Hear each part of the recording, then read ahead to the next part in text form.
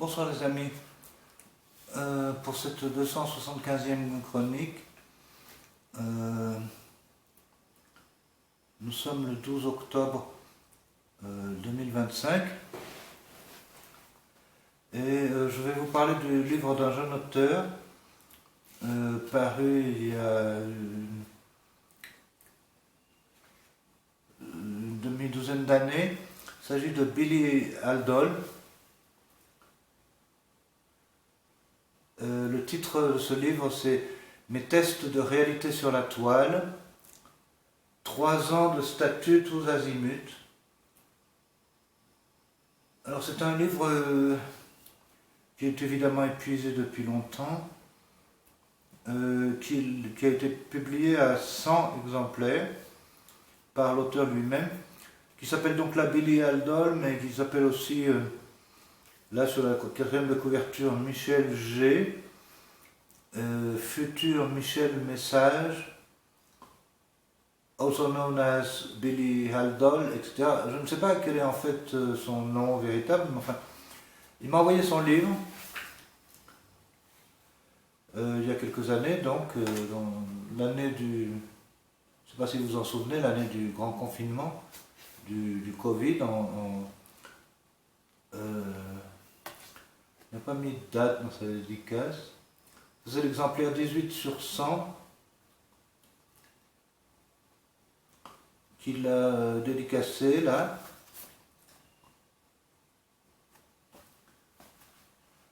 Et c'est un livre...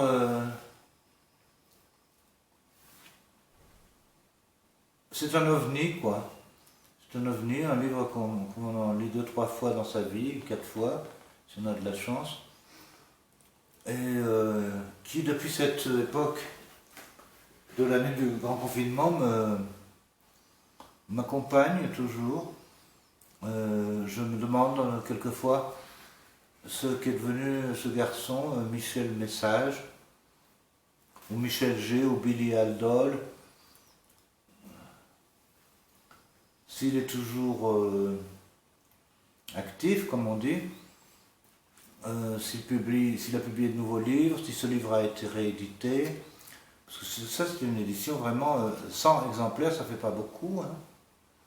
Même Rimbaud en avait imprimé plus, hein. Je crois qu'il reste 114 exemplaires de la Saison en Enfer, imprimé par Rimbaud en Belgique. C'est aussi en Belgique qu'il habite. On ne sait pas grand-chose de lui, il n'y a absolument aucune information sur la couverture dans le livre, ni sa date de naissance. Mais enfin, comme moi je l'ai rencontré sur Facebook, je pense qu'il doit avoir dans les 45 ans. Il habite en Belgique, pas très loin de Liège. Alors ce livre il l'a fait tout seul.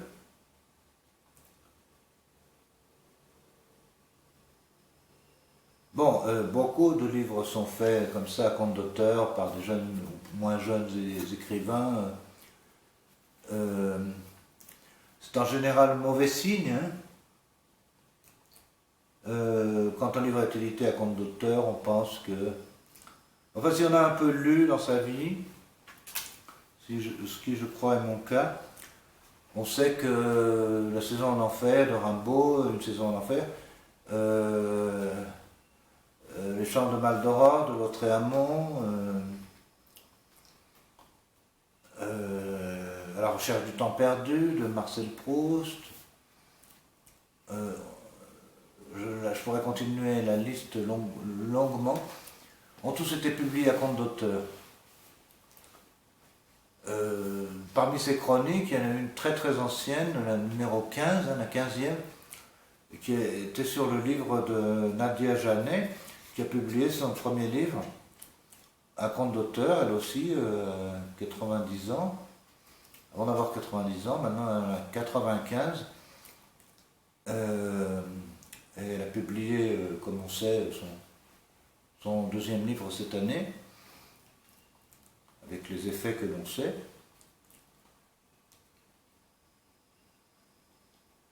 Ce garçon est très sympathique. Vraiment, je ne sais rien de lui, mais il est très sympathique. Et il a un fils unique, qu'il appelle mon fils unique préféré. Il a une femme avec laquelle il a eu ce fils unique, qui est déjà grand, si j'ai bien compris. En même temps, il y a quelque chose chez lui qui inquiète toujours, quelque chose d'un peu borderline. Il disparaît tout d'un coup de Facebook. Il met des choses sur le réseau social qui inquiètent forcément. Il dit qu'il est à l'hôpital.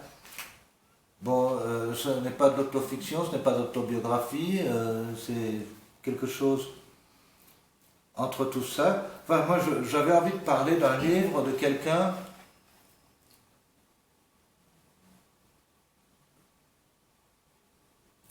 qui n'avait jamais publié, qui n'est pas un très jeune auteur, un très jeune poète maudit, qui est un jeune homme, un homme jeune plutôt, qui décide de publier un livre à 100 exemplaires.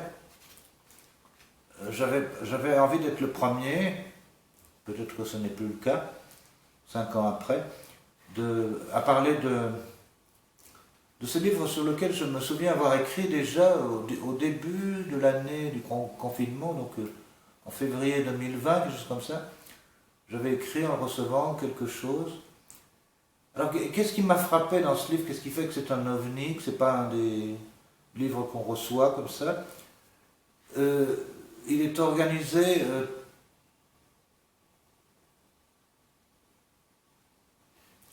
d'une façon tout à fait originale. Ce sont des posts, comme il le dit, donc, 3 ans de statut tous azimuts sur Facebook, ce sont des choses qu'il met sur Facebook, mais qui ne sont pas du tout dans l'ordre chronologique, ni quoi que ce soit.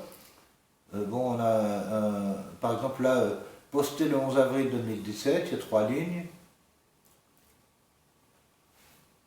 Quelle merveilleuse sensation d'être là, présent dès l'aube, à la fraîche, à savourer le chant vivifiant des oiseaux. C'est dans ce genre d'instant, simplement magique, que me vient le besoin de dire merci, merci, merci. C'est suivi d'un post du 15 décembre 2016, donc 5 mois avant, beaucoup plus long. Et cela conclut le 2e chapitre. Puis on a le 3e chapitre, à la Belle Étoile, qui commence par un post du 10 septembre 2019.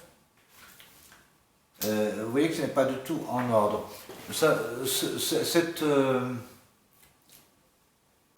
procédé m'évoque évidemment Le temps immobile de Claude Mauriac, qui est un journal en désordre. Des extraits de son journal puisés au fil d'un demi-siècle, remis dans un ordre. Bon, il y a aussi d'autres choses qui font que ce livre n'est pas un livre comme les autres. Voilà, par exemple.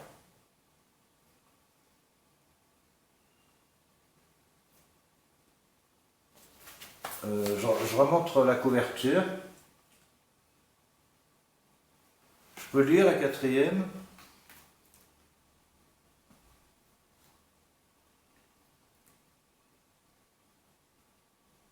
Alors, ce qu'il faut que je dise, c'est que c'est un auteur donc, qui écrit en belge. Le belge, c'est une langue à part, comme le québécois. C'est, disons, une